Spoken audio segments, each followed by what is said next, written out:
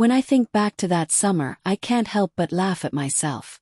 My name is Emily Carter, and I grew up in a small American town where privacy was nearly impossible because everyone knew each other's business.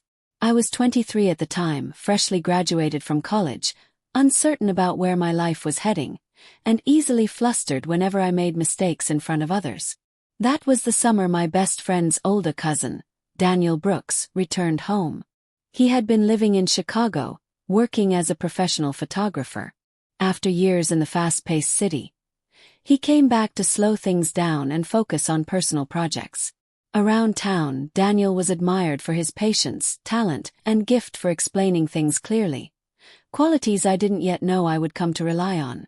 Photography had always intrigued me. I owned a small camera, but I only used it to capture quick snapshots. I had no real grasp of composition, lighting, or manual controls.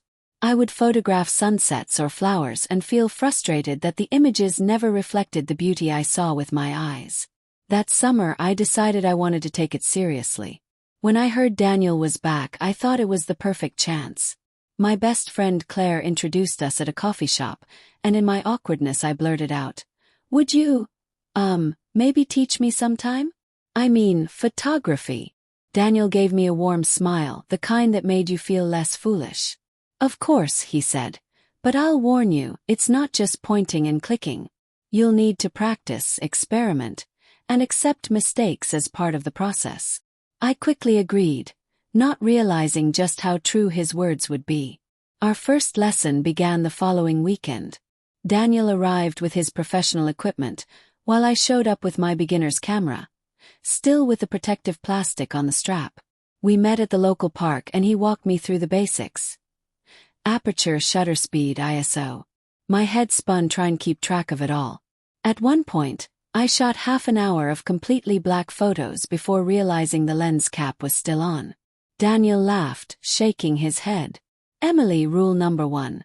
Always check the lens cap." Groaning, I muttered, "I'm already failing, aren't I?" "Not at all," he reassured me. "The fact that you want to learn already puts you ahead of most people who stick with auto mode." His encouragement made me even more determined. But soon I began pushing myself too far. Photography wasn't as simple as I had imagined. The deeper I went, the more I realized how much there was to master. Each mistake embarrassed me, and I became fixated on proving to Daniel that I could live up to his belief in me. One afternoon he suggested I try portrait photography. He brought Claire along as a model, but I froze completely. I didn't know how to position her, what lighting to use, or how to make her feel at ease. Daniel stepped in, gently guiding her poses, adjusting the angles, and explaining how to soften the light. I watched, but instead of just absorbing the lesson, I felt a pang of competitiveness.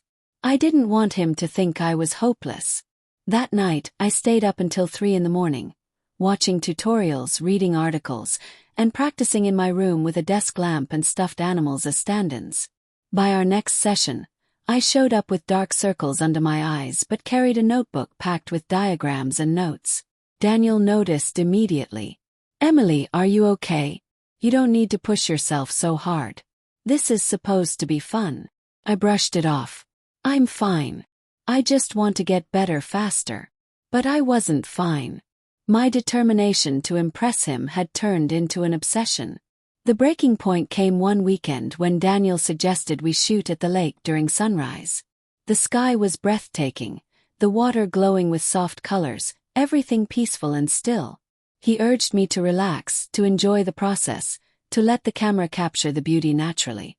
But I couldn't. I kept fiddling with settings, snapping hundreds of frames, deleting most of them in frustration. At last, Daniel gently took the camera from my hands. "Emily, stop. You're missing the beauty right in front of you." I exhaled heavily, my shoulders sinking.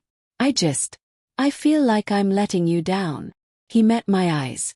"You're not letting me down. But you are robbing yourself of the joy in this. Photography isn't about flawless images. It's about seeing differently. You've gone too far trying to be perfect. That's not what this is about." His words struck me more deeply than I expected. From that day on, I tried to let go of my perfectionism. Instead of worrying about impressing Daniel, I focused on enjoying the act of capturing moments. We photographed kids playing baseball, dogs racing after frisbees, barns glowing under golden hour light, and even the county fair lit up in neon colors. Slowly, I improved. Not because I was exhausting myself, but because I finally allowed myself to make mistakes without shame. Daniel was endlessly patient and encouraging, reminding me that every great photographer once had crooked, blurry shots too. By the end of the summer, I had built a portfolio I could be proud of. When Daniel flipped through my photos, he smiled. "Emily, you've grown so much. Not just because you understand the settings, but because you've learned to see."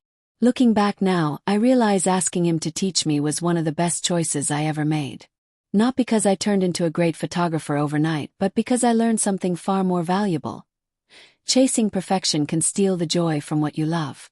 I had gone too far, yes, but in the process I discovered balance, creativity, and a deeper appreciation for both photography and myself. Daniel eventually returned to Chicago.